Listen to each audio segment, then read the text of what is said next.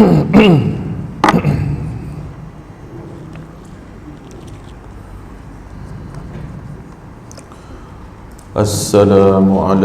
warahmatullahi wabarakatuh.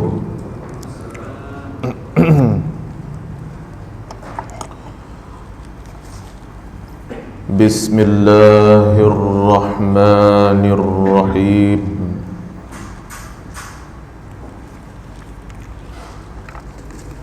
Alhamdulillahi rabbil alamin. Wa afdalus salati wa atammut taslim ala sayyidina wa habibina wa syafi'ina wa ukhrina wa maulana Muhammad wa alihi wa sahbihi ajma'in. Subhanaka la ilma lana illa ma 'allamtana innaka antal alimul hakim. Qala rabbi shrah li sadri wa yassir li amri wahlul 'uqdatam min lisani yafqahu qawli. Allahumma atina bifadlika afdala ma tu'ti ibadaka as-salihin. Allahumma aftah alayna futuhal 'arifin warzuqna fahman nabiyyin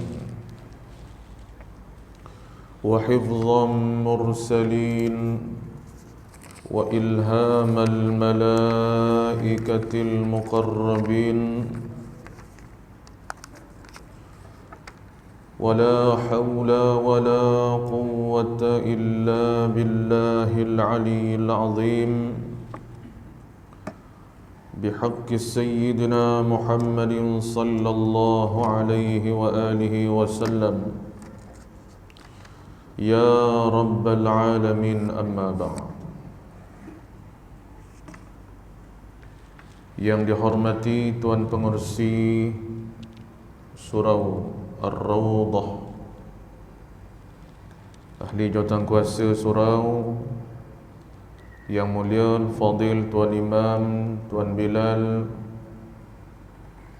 seterusnya yang saya kasihi hadirin hadirat, muslimin muslimat yang dirahmati oleh Allah Subhanahu wa ta'ala. Alhamdulillah, kita syukur kehadrat Allah Subhanahu wa ta'ala dapat sama-sama kita mendirikan sembahyang fardu maghrib secara berjamaah, dan dapat sama-sama kita duduk sebentar untuk mengisi di antara maghrib dan isyak ini majlis ilmu. Dan alhamdulillah pada malam ini dapat sama-sama kita bertemu sekali lagi bagi menyambung pembacaan kitab kita, iaitu Risalatul Tauhid bagi karangan Allahyarham Ustaz Haji Abdul Ghani Yahya, salah seorang tokoh ulama di dalam negara kita yang berasal daripada negeri Johor Darul Ta'zim. Jadi insya-Allah kita sambung pembacaan kitab kita ini pada muka surat yang ke-6,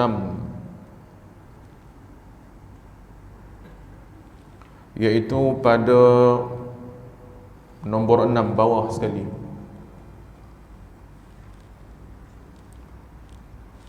Kita masih lagi pada perbahasan berkenaan dengan tajuk Mabadi' asyarah, permulaan yang 10,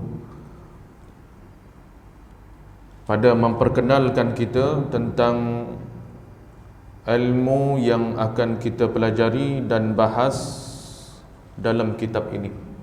Jadi panggil Mabadi' Asyarah, permulaan yang 10. Jadi kita masuk sampai kepada Mabadi' yang ke-6, iaitu yang ke-6, nisbah ilmu ini dengan lain-lain ilmu. Bismillahirrahmanirrahim. Qala al-musannif rahimahullahu ta'ala, wa nafa'ana Allah bihi wa bi'ulumihi fid darain, amin ya rabbal alamin. Adapun mabadi' yang ke-6, nisbah ilmu ini dengan lain-lain ilmu, yaitu ilmu ini, yaitu ilmu tauhid yang sedang kita bicarakan ini,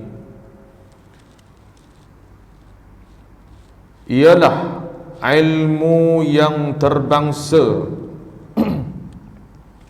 kepada agama Islam yang paling utama sekali. Artinya apa tuan-tuan? Ilmu yang kita nak belajar ini iaitu ilmu tauhid, disebut juga dengan ilmu akidah, disebut juga dengan ilmu usuluddin. Usuluddin artinya tunjang agama, dasar agama. Lain perkataan disebut dengan istilah ilmu ma'rifat. Ni ilmu ma'rifat yang sebetul ni lah dia tuan-tuan. Ma'rifah tu artinya kenal. Terjemah Melayu kenal. Baik. Ada lain lagi, ada, iaitu ilmu kalam. Ilmu kalam. Jadi ala kulli hal terpakai beberapa nama. Cuma yang masyhur dalam masyarakat kita disebut dengan istilah ilmu tauhid. Tauhid artinya mengesakan Allah Subhanahu wa taala. Baik. Jadi artinya ialah ilmu tauhid ini jika dibandingkan, dinisbahkan dengan lain-lain ilmu dalam agama kita, seperti ilmu fiqh, ilmu tasawuf, ilmu nahwu, ilmu saraf, ilmu balaghah, ilmu mantiq, ilmu tajwid, ilmu apa lagi? Segala jenis ilmu dalam agama kita ni yang berkait dengan agama Islam, kedudukan yang paling utama sekali di antara semua jenis ilmu ini, tauhid duduk nombor 1. Sebabnya ilmu tauhid membicarakan tentang dasar agama. Dia bawa kita kepada kefahaman tentang ma'rifatullah, kenal akan Tuhan. Sebab tu hadis Nabi kata awwaluddin ma'rifatullah. Hadis Nabi tu awwaluddin, awal agama ini maksudnya apa? Ulama sebut begini, arti awwaluddin, awal agama, artinya apa? Disuruh kita ni pada awal agama kenal Allah dulu. Menunjukkan atas apa? Menjadi dasar yang paling utama pada kenal Tuhan dulu. Kalau kita sembahyang, kita tak kenal Tuhan yang kita sembah dalam arti kata pengenalan yang sebenar, maka sembah kita pada Allah itu tidak bermakna. Faham dia? Kita melakukan sesuatu amal ibadah, tak kira apa, sembahyang, baca Quran, puasa, zakat, haji, umrah, tawaf, sa'i, semuanya kita hujung ayat masa niat kita sebut lillahi ta'ala. Niat semayang, lafaz niat semayang, usalli la sekali lillahi ta'ala. Puasa, nawaitu sawma ghadin las lillahi ta'ala. Mesti sebut disandar kepada Allah Ta'ala, kerana amal dituju kepada Allah. Tapi kalau tidak kenal amal kita itu ditujukan kepada Tuhan yang tidak kita kenal, maka apakah makna ibadah kita tu kepada Allah? Bahasanya begitu. Boleh faham ya? Bahasanya begitu. Jadi sebab itu awwaluddin, first, yang pertama diutamakan dulu ialah kenal Allah dulu. Tapi ada orang salah faham.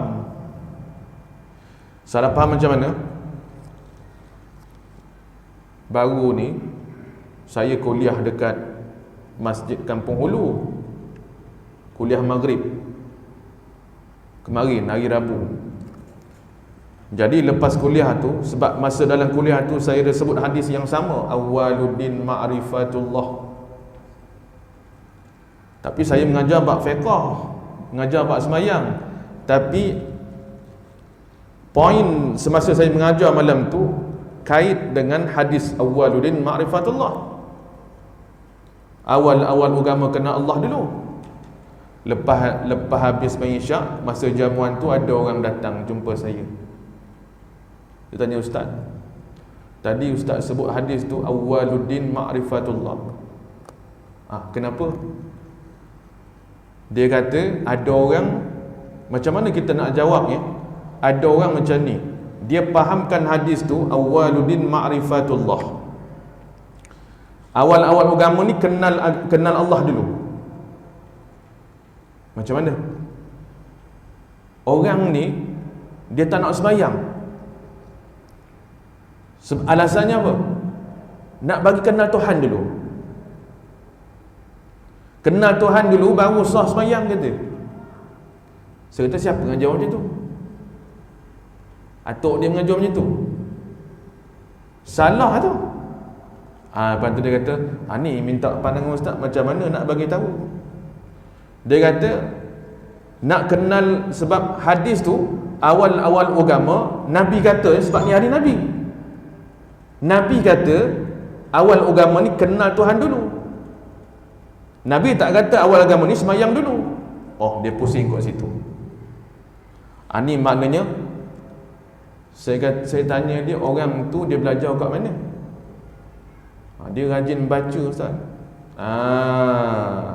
Saya kata ini jenis apa dia? Jenis-jenis kelompok ilmu nukil lah ni, saya kata. Istilahnya lah, geng-geng yang ni cakap makrifat hakikat tinggi menggunung, syariat lintang pukang. Faham tu? Kalau orang mengaji ilmu tasawuf, kalau ilmu tasawuf ni dalam kelompok ahli tasawuf dipanggil apa ni? Golongan mutasawwifah dipanggil. Orang yang cakapnya makrifah. Dengar dia cerita bab makrifat, cakap tinggi menggunung. Cakap bab makrifat tinggi menggunung, tapi syariat lintang pukang, semayang tak ada. Ni semua tak boleh pakai. Imam Malik jawab apa? Imam Malik kata apa? Hakikat tanpa syariat, maksudnya ambil hakikat, syariat tak pakai, zindik, kafir zindik. Ambil syariat saja, hakikat tak pakai, fasikun, fasik. Saya kata tu je.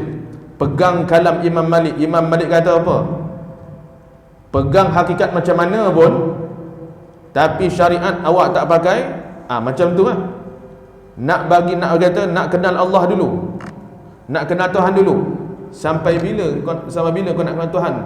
Kalau buatnya 20 tahun lah kau tak sembahyang. Kalau 30 tahun baru kau kenal Tuhan, 30 tahun lah kau tak boleh sembahyang. Begitu. Itu siapa mengajar? Ini dia panggil apa? Jenis-jenis ilmu nukil dipanggil. Apa maksud ilmu nukil tu? Ilmu petik daripada kitab aja, tak berguru pun. Ini bahaya baca kitab, terutama kitab tasawuf tanpa ada guru. Bahaya. Dia boleh pergi mana nanti? Dia melencong sampai satu tahap, saya lah Imam Mahdi. Dia ke situ nanti. Nah, pasal apa? Setan guru dia. Tu dia. Ada puak-puak ni, bahaya. Jadi Nabi kata awwaluddin ma'rifatullah, artinya apa? Nabi nak kata ni nombor 6 ni. Ilmu ini, ilmu tauhid adalah dari segi keutamaannya, darjatnya tu, darjat ketinggian ilmu ini mengatasi ilmu-ilmu yang lain. Sebab apa? Kerana ilmu ini membicarakan tentang apa? Tentang sifat-sifat ketuhanan, tentang sifat Rasul. Tu dia. Membicarakan akan apa dia? Tuhan. Sehingga kita kenal dan terbina akidah melalui ilmu tauhid. Kalau ilmu fiqh, kita belajar ilmu fiqh, biasa kita belajar tentang apa tuan-tuan? Bab taharah. Bab taharah, dalam tu kita belajarlah bab jenis apa dia? Bersuci, jenis-jenis air, jenis-jenis najis, cara menyucikan najis. Tu dipanggil apa dia? Fiqh. Kemudian habis bab taharah, masuk bab semayang, cerita bab semayang, belajar bab semayang. Itu ilmu fiqh.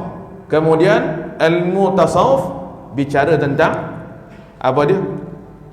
Hati, perjalanan hati, bagaimana nak jadi orang ikhlas, bagaimana nak jadi orang yang cinta kepada Allah, bagaimana nak jadi orang yang tidak pembohong. Itu cerita ilmu tasawuf secara asas. Pergi lagi dalam lagi, dia ceritalah apa step by step tu. Asas dia itu dulu. Sebab tu kita mengaji kita apa dalam asas tasawuf, penawar bagi hati. Tu Bidayatul Hidayah pun boleh juga. Bidayatul Hidayah tu Imam Ghazali. Boleh juga. Tasawuf asas dipanggil. Minhajul Abidin, tasawuf. Tu. Jadi nak katanya ilmu tauhid dari segi darjat ketinggian ilmu ini nisbah dengan ilmu yang lain, ilmu tauhid dulu. Jadi senang mudah katanya begini, kita nak belajar yang mana dulu? Antara tauhid, fiqh dan tasawuf ni. Jawabnya apa? Jawabnya seiring belajar. Jangan meninggalkan belajar salah satu daripada 3 ni. Apa dia? Tauhid, fiqh, satu lagi apa? Tasawuf. 3 ni wajib belajar. Cuma bandingan nisbah di antara 3 ilmu ni, tauhid yang paling utama. Sebab apa? Dia cerita tentang akidah. Akidah kalau rosak tuan-tuan, akidah kalau tak betul, amal Tuhan tak terima. Faham tu? Walaupun sembahyang dia tu sah pada syarak, tapi kalau akidahnya tak betul tentang Tuhan, maka Tuhan tak terima amal dia. Apa saja amal ibadat Tuhan tolak, walaupun sah pada syarak, sah pada fiqh dia. Tu kena faham dulu. Sebab tu ilmu ni dia memandu apa? Tentang aqaid, ikatan iman kita dengan Allah Subhanahu wa taala. Ini maksud nombor mabadi' yang ke-6. Boleh faham dia? Jelas. Baik.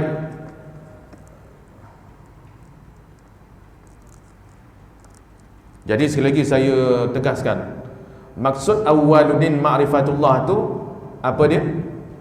Awal agama kenal Allah dulu. Artinya apa?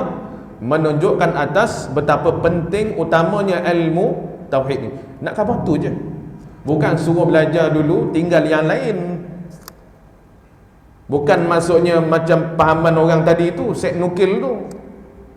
Semayang nanti dulu, semayang, puasa nanti dulu, kenal Tuhan dulu. Tu cerita pembohong dia tu. Hati-hati tuan-tuan, kalau jumpa orang macam tu tak usah dilayan. Bagi tahu orang macam ni, kalau jumpa lah, tak jumpa tak apa. Kalau jumpa, bagi tahu kalam Imam Malik. Ingat kalam Imam Malik. Imam Malik kata apa? Imam Malik rahimahullah ta'ala kata apa? Ingat, kalau dia yang sempurna agama ni dua-dua, syariat, hakikat seiring jalan. Betul. Ambil syariat saja tak pakai hakikat, fasiqun, orang fasik. Kalau ambil hakikat saja syariat tak pakai, yang tu jadi jenis tak sembahyang tu. Cerita hakikat, makrifat saja, sembahyang tak, puasa tak ada. Ini dipanggil zindiq. Imam Malik rahimahullah ta'ala kata. Jadi kalau jumpa puak-puak ni, bagi tahu kalam tu saja. Pasal puak-puak macam ni, lagi kita hujah, lagi dia pandai hujah kita. Jenis set-set macam ni lah. Kalau jumpa, kita cakap sepatah, dia jawab 10. Kita jawab 10, dia bagi 20. Kita bagi satu hujah, dia bagi 10 hujah kat kita. Pening kita.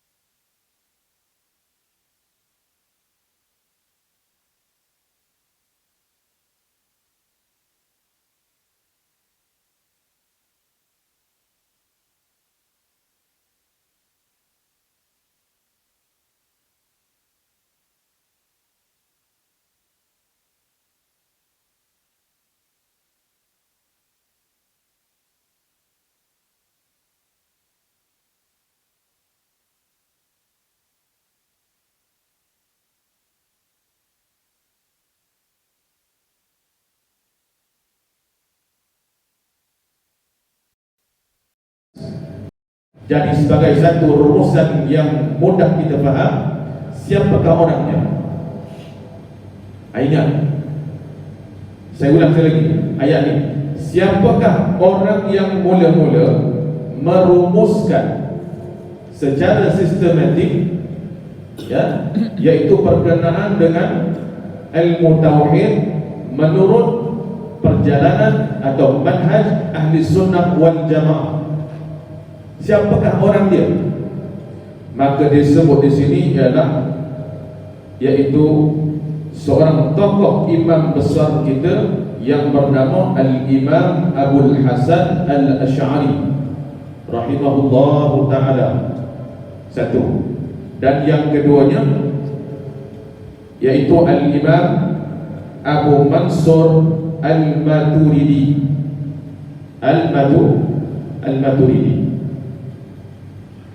Ini dua tokoh imam kaum muslimin kita di kalangan ulama-ulama ahli sunnah wal jamaah yang merumuskan, menggali di dalam Al-Quran berdasarkan apa yang diambil daripada Rasulullah sallallahu alaihi wasallam, disusun secara sistematik, bukan mereka cipta. Itu kena faham. Bukan Imam Abu Hasan Al-Asy'ari ini bukan seorang tokoh yang melakukan sesuatu bid'ah dalam agama, iaitu apa dia? Memperkenalkan ilmu tauhid berdasarkan sifat 20 kita panggil. Faham tu?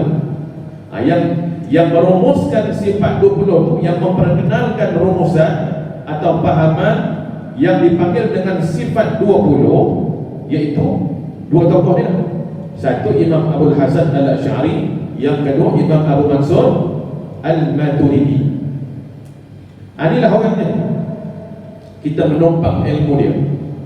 Baik, ingat sekali lagi tuan-tuan, kedua-dua tokoh ni, Imam Abu Hasan Al-Asy'ari dan Imam Abu Mansur Al-Maturidi, bukan ulama atau bukan individu yang mereka cipta ilmu baru yang tidak diajarkan oleh Nabi sallallahu alaihi wasallam. Sebenarnya kedua-dua tokoh ini hanya merumuskan, memudahkan pada umat Islam untuk mempelajari dan memastikan akidah mereka bertepatan dengan akidah yang diajar oleh Rasulullah sallallahu alaihi wasallam, sebagai satu bentuk panduan untuk kita pegang, mudah. Maknanya tak payah lagi kita susah-susah nak menggali sifat Tuhan dalam Quran. Imam Abu Hasan Al-Asy'ari dah tolong kita, tolong keluarkan dalil-dalil, susun dengan elok jadi sifat 20. Faham tu? Itu dia. Sebab apa saya kata begini? Sebab di luar sana, ada ramai orang yang salah faham akibat diajar oleh individu-individu yang tidak bertanggungjawab.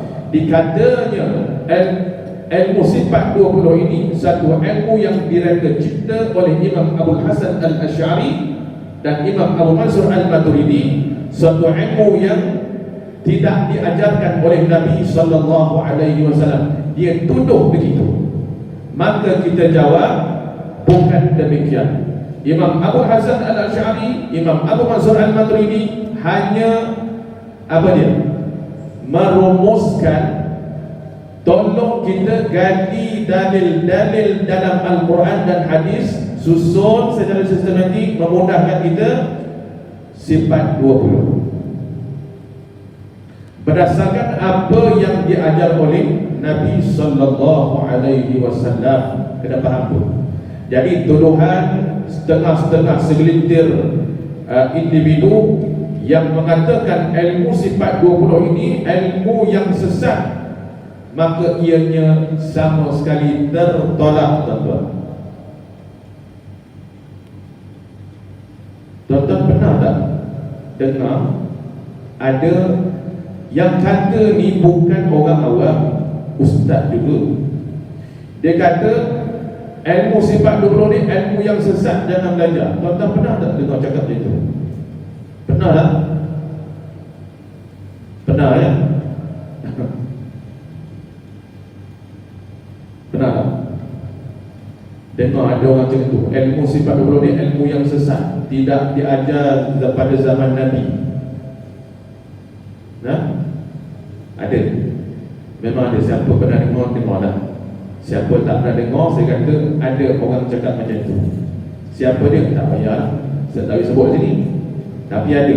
Dalam Malaysia kita ni sebut gitu. Yang cakap ni orang yang berlatar belakangkan agama. Sebab itulah tuan-tuan, saya nak pesan satu. Kenal pasti dulu, teliti dulu dengan siapa kita mengambil ilmu agama. Jika salah tempat kita mengambil, jika salah asatizah yang kita belajar agama kepadanya, boleh menjadi apa? Punah akidah itu. Ini pesan saya. Ya.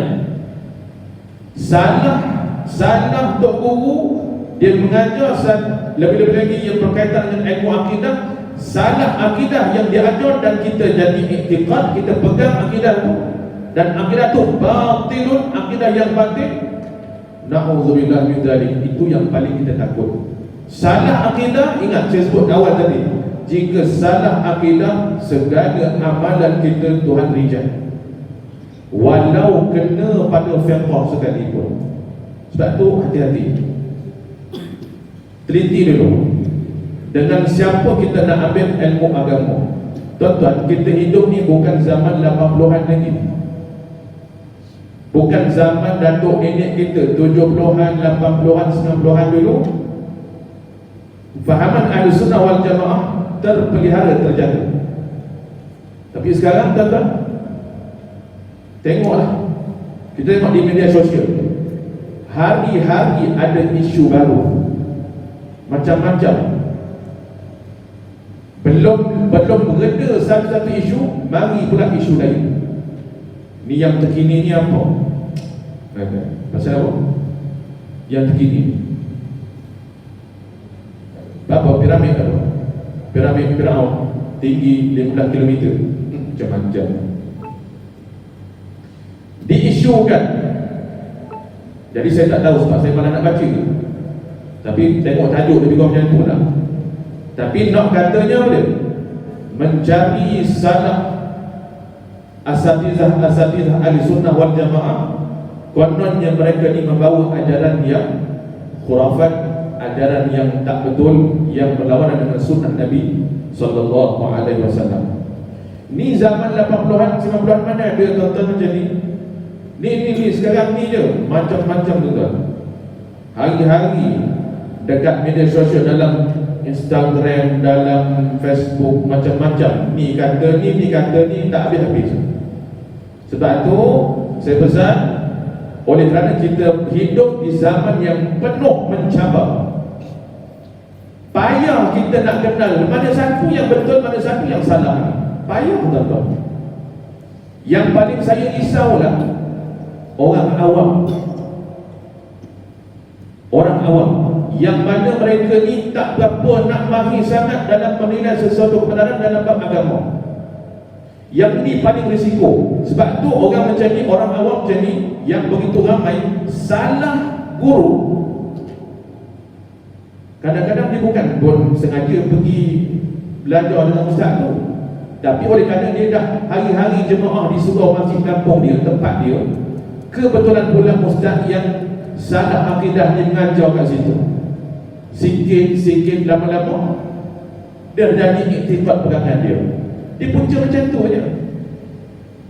Sebab tu saya ambil kesempatan ni pesan, hati-hati, teliti dulu.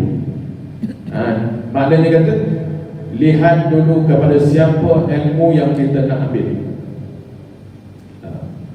Jadi buat kita jelas di Malaysia ni apa pegangan kita dari segi surah akidah. Ini dia. Apa dia?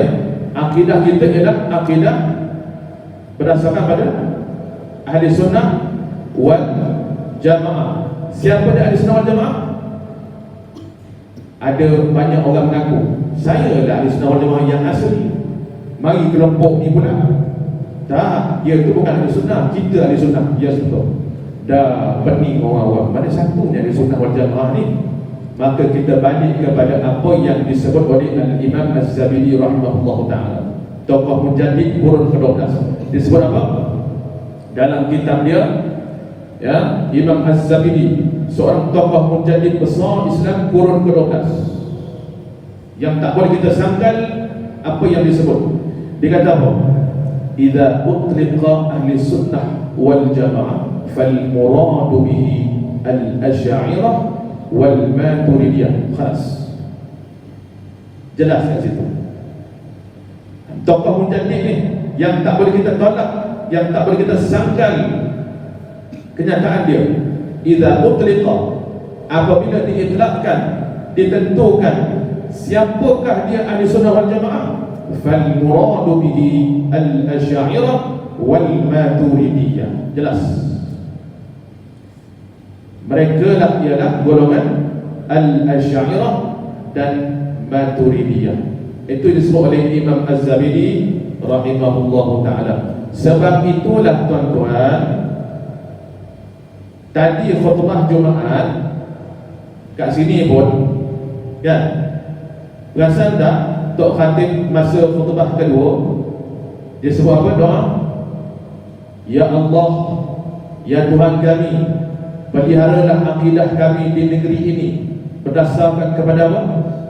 Akidah ahli sunnah wal jamaah dan golongan aliran Asy'ariyah dan Maturidiyah, muafakat dengan apa yang disebutkan oleh Al-Imam Az-Zabidi dan sekalian ulama ahli sunnah wal jamaah.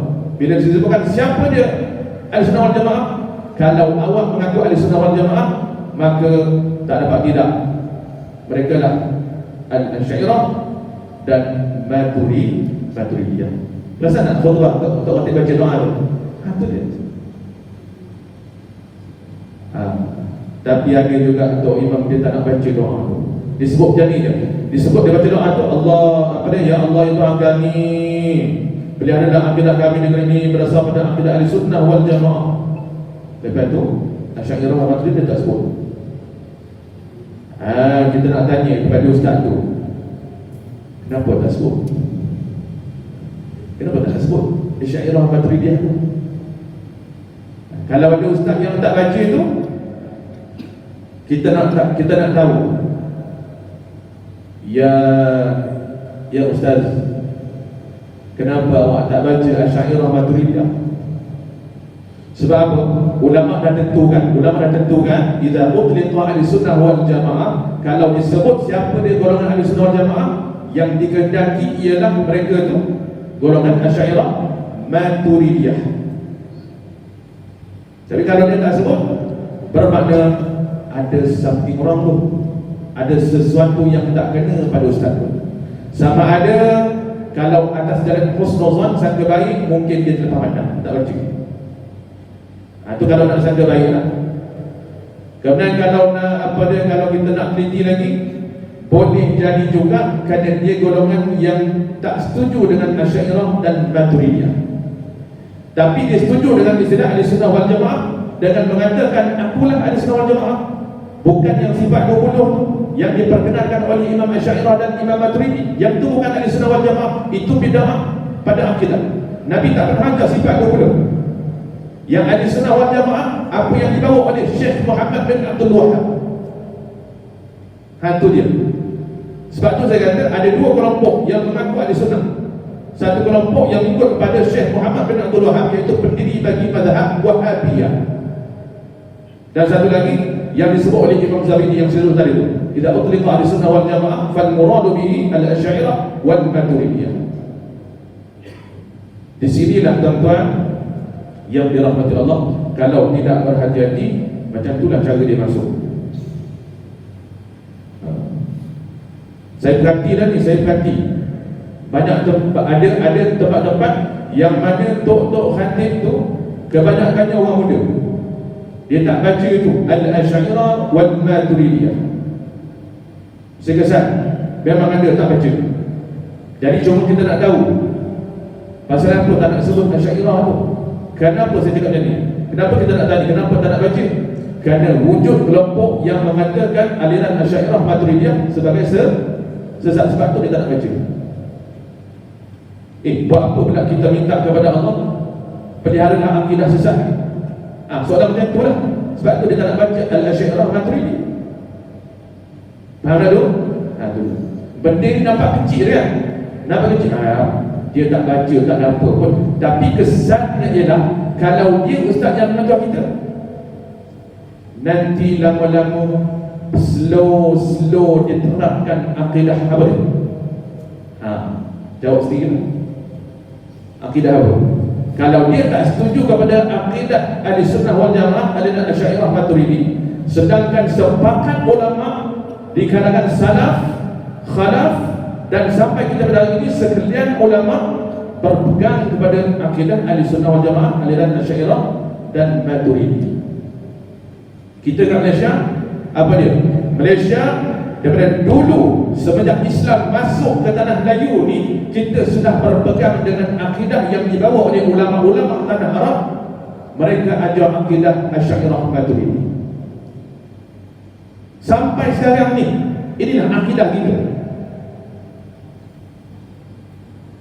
Sebab tu jangan lagi pegang akidah ni. Sebab tu mabadi yang ketujuh ni yang memperkenalkan sistem fahaman rumusan akidah Ahlussunnah wal Jamaah yang diajarkan oleh Nabi, yang menjadi akidah pegangan Nabi dan sahabat, rumusan yang berpandukan kepada apa yang telah disusun oleh dua orang imam, Imam Abu Hasan Al-Asy'ari dan Imam Abu Mansur Al-Maturidi.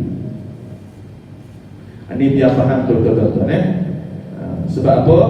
Hari ini wujud satu tekanan yang sangat kuat yang saya sebut sudah merata sekarang ni. Mana-mana kita boleh jumpa golongan ni cuba nak mengeluarkan umat Islam yang berpegang dengan Asy'ariyah dan Maturidi supaya ubah kepada akidah Muhammad bin Abdul Wahhab. Ingat siapa Muhammad bin Abdul Wahhab? Dialah orang yang mengasaskan fahaman Wahhabiyah, yang mengatakan akidah Mujassimah, akidah Musyabbihah. Dalam Quran apa maksud Mujassimah? Apa maksud Musyabbihah? Akidah Mujassimah artinya akidah yang berpahaman bahawa Tuhan, yakni Allah Ta'ala itu berjisim, ada tangan, ada wajah, ada kaki, ada mata, macam makhluk. Faham tu? Dipanggil fahaman Mujassimah, iaitu mentajsimkan Allah, menjisimkan Allah. Ini fahaman yang dibawa oleh siapa? Muhammad bin Abdul Wahhab. Inilah akidah yang cuba diterapkan sekarang ini secara perlahan tanpa disedari oleh orang awam. Jadi bermakna golongan Asatizah bila diamanahkan untuk baca khutbah, sedangkan dalam khutbah itu disebutkan dengan jelas aliran Asy'ariyah, kalau dia tak nak baca bermakna apa? Something wrong situ. Hati-hati. Mungkin kita tak kata secara sahihnya, mungkin dia orang yang berakidah dengan akidah yang dibawa oleh Muhammad bin Abdul Wahhab. Saya kata hati-hati, cek betul-betul. Nampak benda kecil, benda kecil dia tak baca tu je. Tapi kecil-kecil, saya nak suruh gini, jangan jadi seperti Syariah kita ni besok. Apa jadi kat Syariah tuan? Nah, Syariah pada jadi, kita digambarkan di Syariah, Syiah perang dengan siapa? Nah, Syiah negara tu lah. Sebenarnya siapa yang buat kucak-kacir di Syariah? Tengok, siapa yang membunuh Allahyarham Dr. Said Ramadan Al-Buti rahimahullah ta'ala.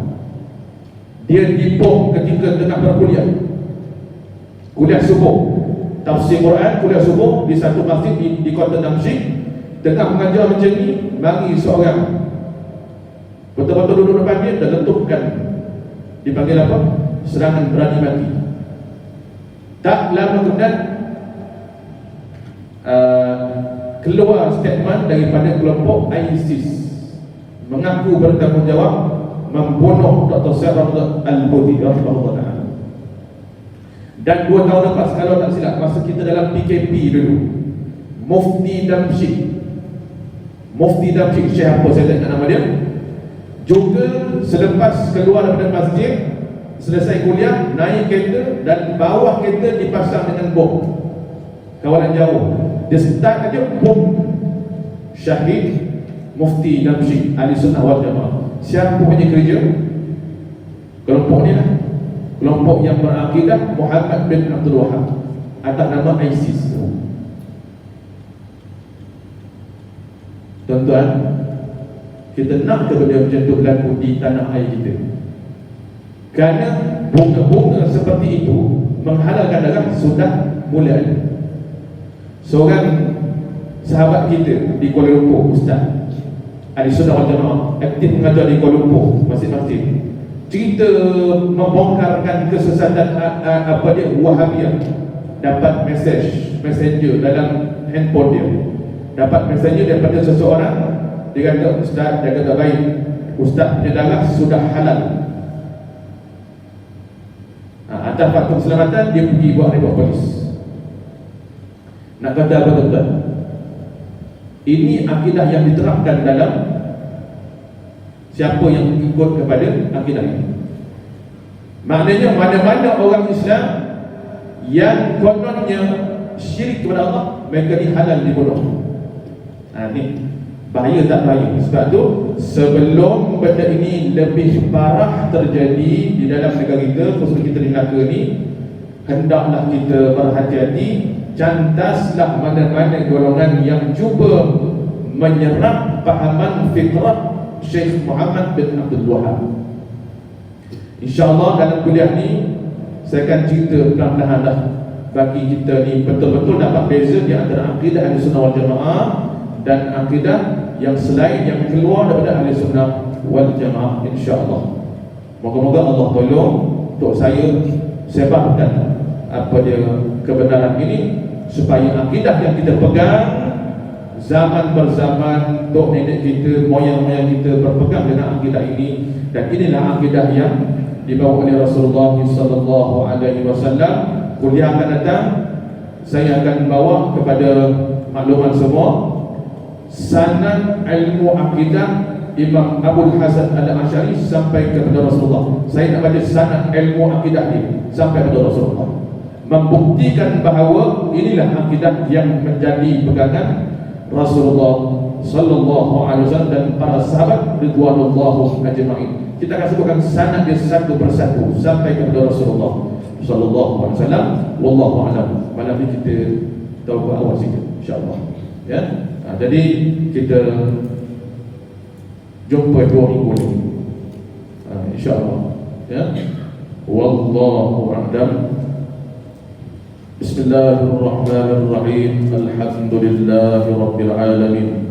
Wassalatu wassalamu ala asyrafil anbiya wal mursalin sayyidina Muhammadin wa ala alihi wa sahbihi ajma'in. Allahumma anfa'na bima 'allamtana wa 'allimna ma yanfa'una bi rahmatika ya arhamar rahimin. Wa sallallahu ala sayyidina Muhammad wa ala alihi wa sahbihi wa sallam. Alhamdulillahi rabbil alamin.